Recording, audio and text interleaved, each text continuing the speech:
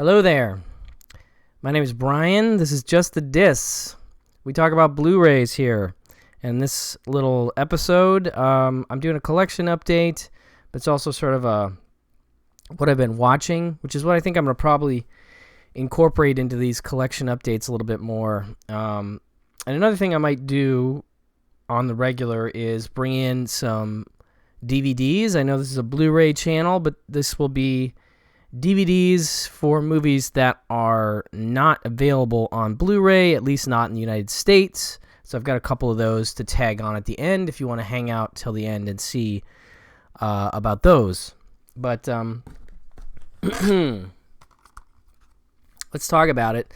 A lot of people have already talked about it. You've probably already bought it. If you have any sense, no, I'm just kidding. If you're a fan of the movie, it's a must. The 4K for The Thing looks fantastic. Easily the best I've seen it look ever. And, you know, it doesn't suffer from any lack of grain. I mean, it just looks great, as it should look in terms of, you know, filmic qualities and whatnot. I just put this on the other night, just meaning to watch a little bit of it, but that's a ridiculous notion because it is basically my favorite film of all time. And so, of course, I had to watch the whole damn thing again, and it's still basically a perfect movie, so I loved it, and just so happy to finally have this on 4K. I mean, the tricky part is you're probably not going to be able to get rid of your Scream Factory Special Edition or your Arrow Special Edition, which I have.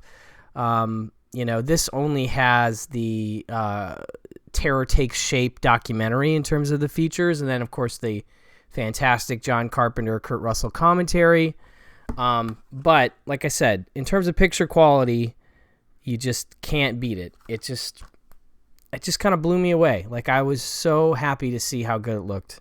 So, if you can, pick it up. I had to get it from Best Buy because Amazon was being slow, and so it looks like maybe a brick-and-mortar approach might be quicker for some, but by the time this comes out, I'm sure it'll be readily available. But highly recommended. Next up, we have the Inner Sanctum Mysteries, the complete film collection. This is an older release from last year from Mill Creek Entertainment.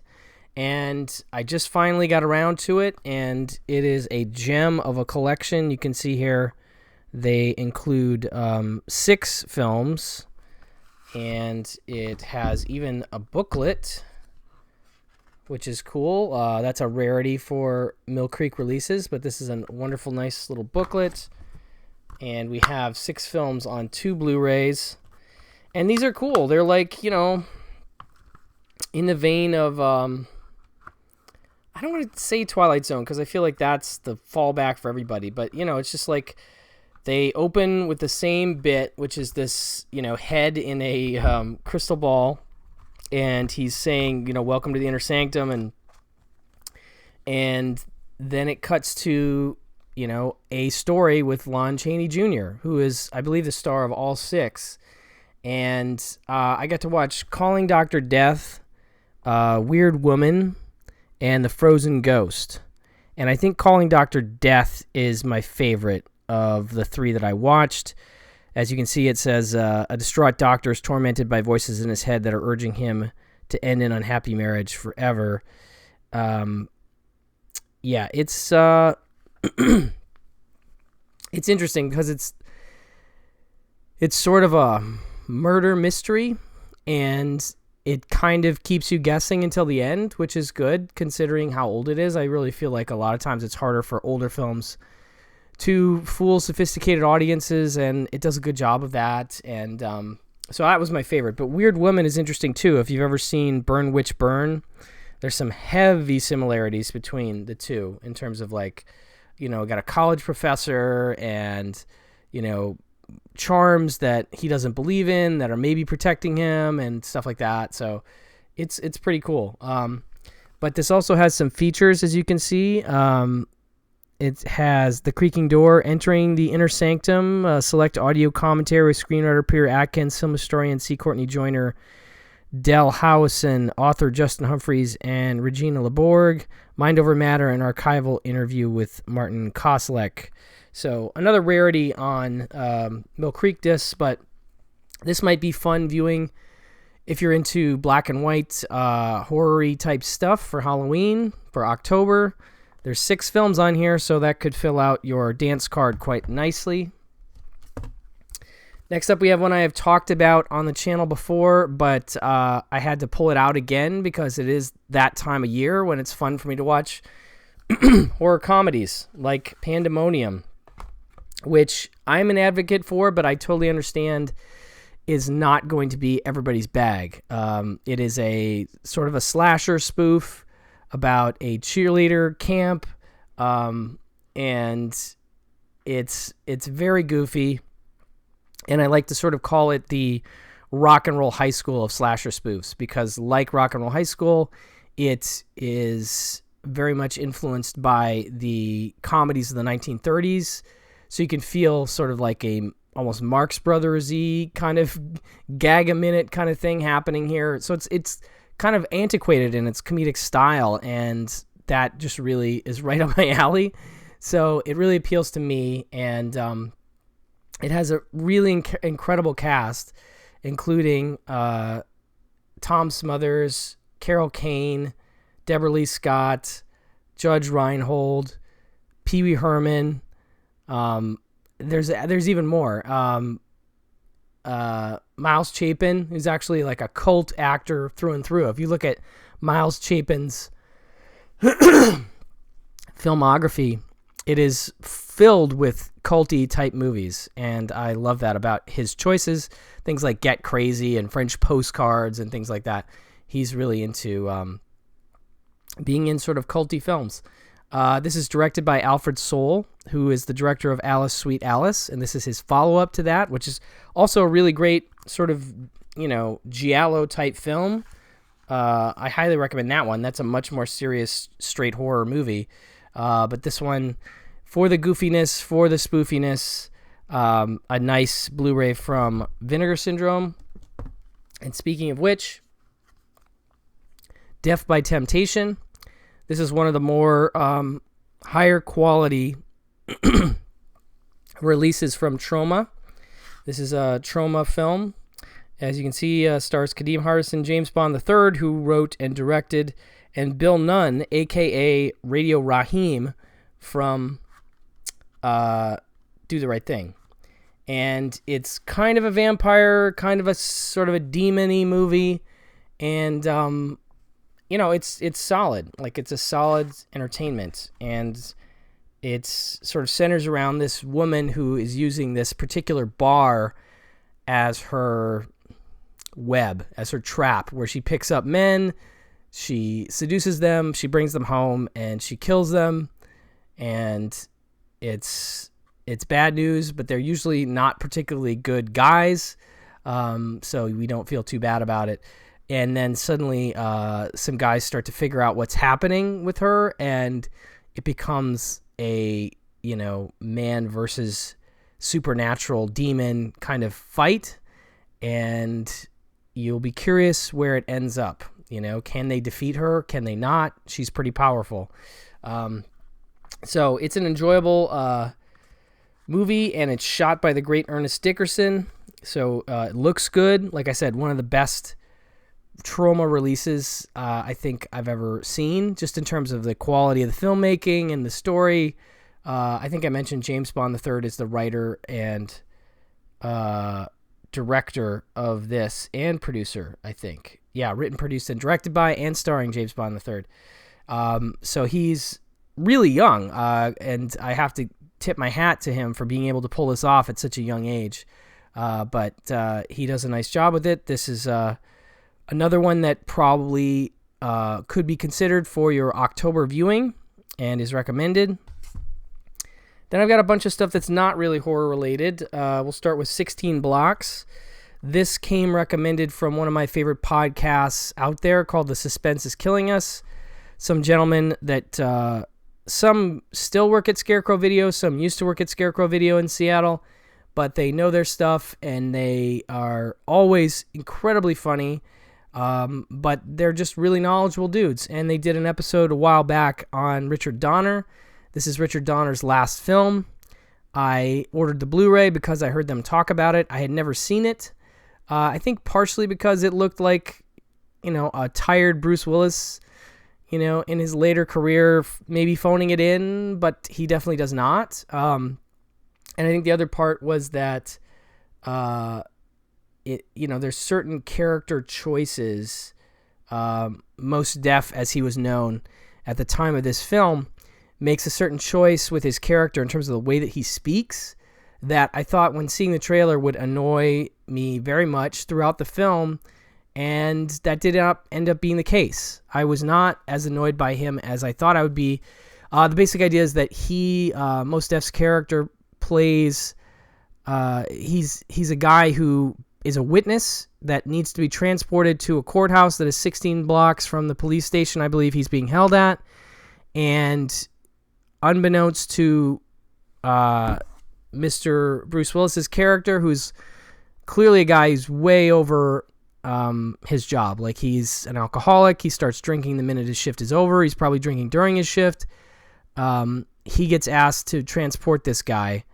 And what he doesn't know is that he's actually going to be testifying against police officers, and that there are a legion of police officers who do not want him to testify. And thus it becomes a battle between those cops, and one of them is played by the great David Morse, who is always an incredibly sharp villain, like a guy that you really believe and really like to hate. And so he's one of the dirty cops, and he wants to stop Bruce Willis's character from taking the witness to the 16-block destination. And so it's a really cool redemption story. I was surprised just how much I enjoyed it. Go listen to the Suspense is Killing Us episode about Richard Donner if you want to check out them talking about it. But that's what sold me on it, and I'm glad I checked it out. It's streaming, but only in a limited capacity. It's on Amazon for rental, and it's pretty limited in terms of its streamability. So I just went ahead and got the Blu-ray. And it has an alternate ending, which I'm not going to talk about. It has deleted scenes and optional director screenwriter commentary, which I haven't had a chance to check out yet either, but I got this pretty cheap, so I recommend picking it up. Next up, we have a 4K Ultra HD and Blu-ray combo pack here for Star Trek the Originals 4-movie collection. So you have your Blu-ray, which has all 4 films, and I think more of the extras as previously released are available on the Blu-ray. But, of course, I was more interested in checking out the 4K set. And it, of course, is Star Trek, Star Trek II, The Wrath of Khan, Star Trek III, The Search for Spock, and Star Trek IV, The Voyage Home.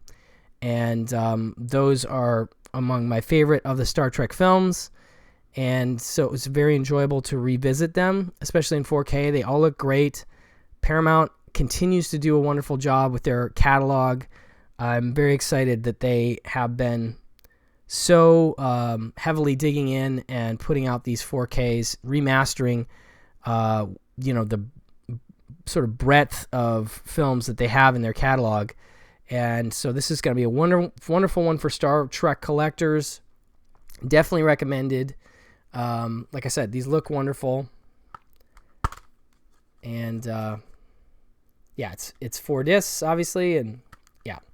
So well worth grabbing the Star Trek 4K and Blu-ray collection.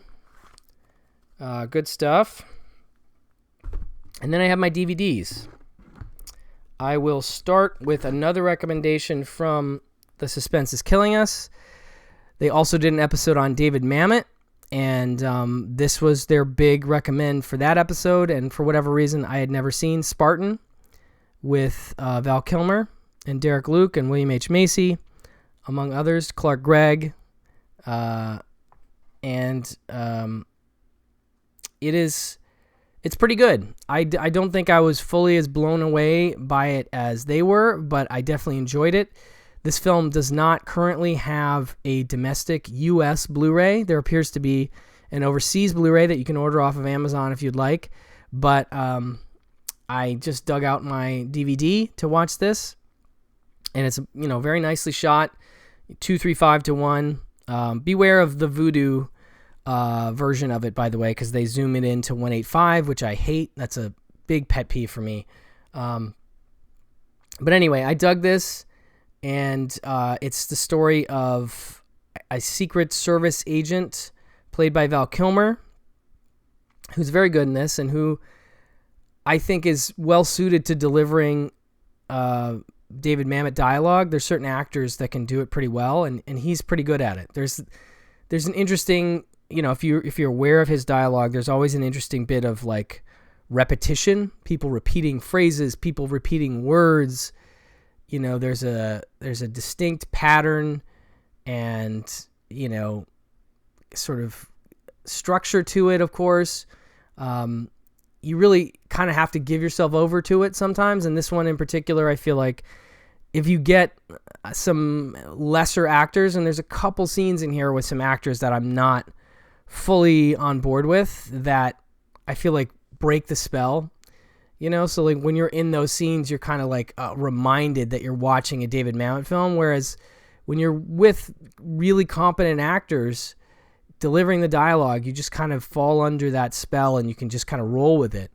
So I feel like that's a problem maybe that Mamet runs into every once in a while, where he has certain actors that he maybe believes in more than I think they come across well on screen. They just can't, they usually end up overplaying the dialogue a little bit, and I feel like that energy kind of kills the vibe. There's certain characters in his movies that are big, but I think for the most part, the dialogue plays better when it's a little more laid back. Anyway, so it's an interesting story of a political candidate. His daughter is kidnapped as part of like a sex trafficking thing, and the kidnappers apparently don't know that she is the daughter of this big political figure, and so the clock is ticking for her to be rescued before they discover who she is and inevitably kill her. And so it's procedural in its way, and it is taut and suspenseful. And as I said, Val Kilmer is very good in it, and he has a commentary on this. It's just him, and it's a really enjoyable track. Like, I really actually dug the commentary on this DVD, so I do recommend Spartan.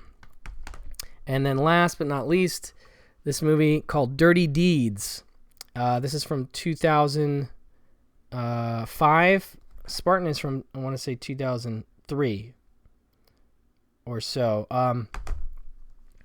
And this one is totally unavailable streaming anywhere. You can only watch this, as far as I can tell, on DVD. There may be something on YouTube. I'm not sure. But I picked this up at a Big Lots literally years ago because somebody had mentioned at some point that it was like Midnight Madness. And I don't know how much I've talked about Midnight Madness here, but it's a big favorite of mine. And it is indeed a little bit like Midnight Madness. It's kind of like, at its basic level, an American Pie film, meets Midnight Madness kind of scenario, because you have this high school setting, and Milo Ventimiglia and Lacey Chabert and Zoe Saldana in this film. And Milo's character, who looks a little too old to be in high school, if I'm being honest, gets himself entangled in this senior tradition at the school that he goes to. There's something called the Deeds, and it's basically this secret list of pranks that somebody can volunteer as a senior to take on, and you are rated by however many of them you complete. At the beginning of the movie, it shows like a list of names, and it says like 4 deeds, and they rate the person loser, like, because apparently there are 10 deeds that you are able to do, and if you can't complete them all in order, then you have to shut it down. And so Milo's character, in an act of, I guess, gallantry to try and help out the younger brother of this girl he likes, played by Lacey Chabert, he decides to take on the deeds and doing them. And the dude that's sort of been annoying her little brother is this jock guy who's a real jerk. And, so Milo's character is going to take on the deeds and make him look very foolish because he'll supposedly be able to pull him off. But it is, of course, a One Crazy Night movie. You see One Wild Night on the cover of this. And so it is, it is fun to watch. Like, the first deed is like, drink a beer in front of a cop, and there's all kinds of illegal and strange things that are asked of the person. They do sort of progressively grow more and more outrageous as you get higher on the list. But it's, like I said, the One Crazy Night movie setup is something I've always enjoyed. And when one is aligned with something like Midnight Madness, where in Midnight Madness there's this like control center where everybody's sort of keeping track of what's happening in the game, this movie has the exact same kind of thing where they actually have a board, and each time a deed is done, they would like check it off, and everybody's sort of watching as the deeds get reported in. That's very Midnight Madness. So yeah, no, this is raunchy, silly. It has a couple really cringe-inducing moments. One with a farting old lady that is pretty awful. But for the most part, it swims like right about at the level of an American Pie kind of movie in terms of its raunchiness. But it definitely has some funny moments, and Milo is affable enough to make it watchable, I think. So I'm glad I finally saw it. I've had it in my collection for years and just never got around to it. So that is Dirty Deeds on DVD. And that's it for the collection update, what I've been watching, what have you. Hopefully there's some interesting stuff in here. Let me know if you guys are into the idea of continuing with not on Blu-ray picks. If that's something that you like, I'll continue to do it. I may continue to do it for a few more videos anyway, but I'd love to hear if you guys are into it or not. I just figure there's a lot of stuff out there that's not on Blu-ray, and that stuff doesn't get talked about quite as much. So I figure I can dig into my collection and pull out some gems, some stuff maybe you haven't heard of, maybe you haven't seen, that maybe you want to check out. So anyway, that's it. Thank you for watching. Thank you for listening, and I'll talk to you soon.